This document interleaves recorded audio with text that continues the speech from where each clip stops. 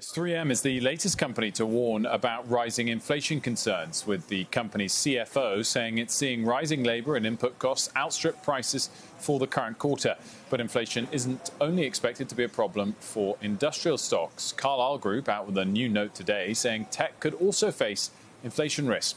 Let's bring in the person behind that research report, Carlyle's managing director and head of global research, Jason Thomas. Jason, good to see you. Thanks so much for joining us. So I guess the first question, headline takeaway from the report, is the level to which you think inflation risks are real and as yet priced in or not into the market.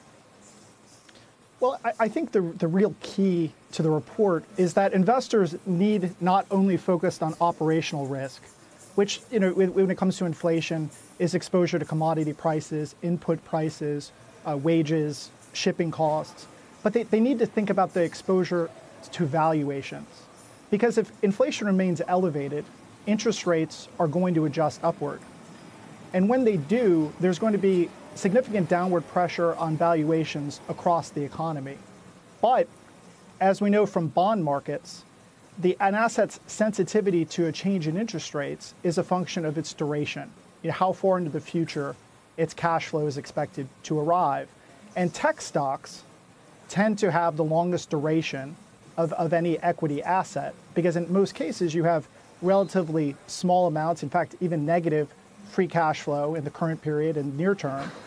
But the valuations are very high based on the expectation that there's going to be a very significant payoff at some point in the distant future. So these are actually the stocks that are most exposed to inflation risk because their valuations are going to adjust downward the most in the event of higher interest rates. But at the same time, you're highly focused on rising productivity. Yeah, I think the enthusiasm for tech stocks today and really just particularly the private market for technology makes a lot of sense. We're in the midst of a productivity boom. The official statistics suggest 3.7% annualized productivity growth since the first quarter of 2020. That's almost 4 times the average of the past 10 years. Carlyle portfolio data suggests even more impressive productivity growth. Revenues per employee have increased by about 12% since the onset of the pandemic. So remote working, changing operations has led to an embrace of digital technology.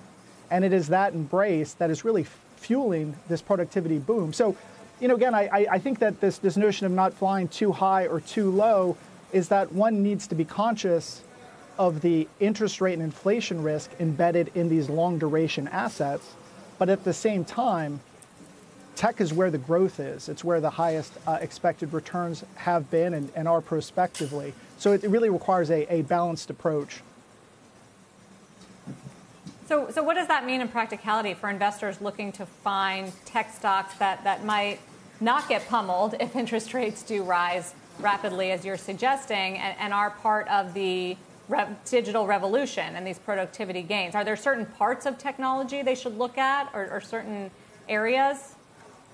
Well, yeah, I think that the most important question is a degree of belief in the business plan and certainly in a private market context, the ability to add value to the business to ensure that the growth materializes.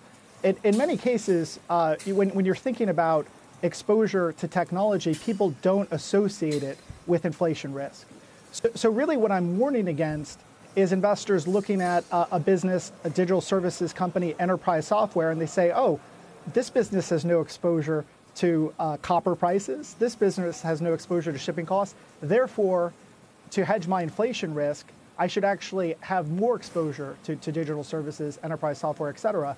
And that's actually not the right approach. And I think it's uncovering that hidden risk that is embedded in these assets that's the most important. But again, it's a question of ultimately, even if you were to experience a 25% decline in price to sales or price to book, which is what would be implied by a sustained 100 basis point increase in long-term interest rates, there are still many of these businesses that can actually grow fast enough to offset that.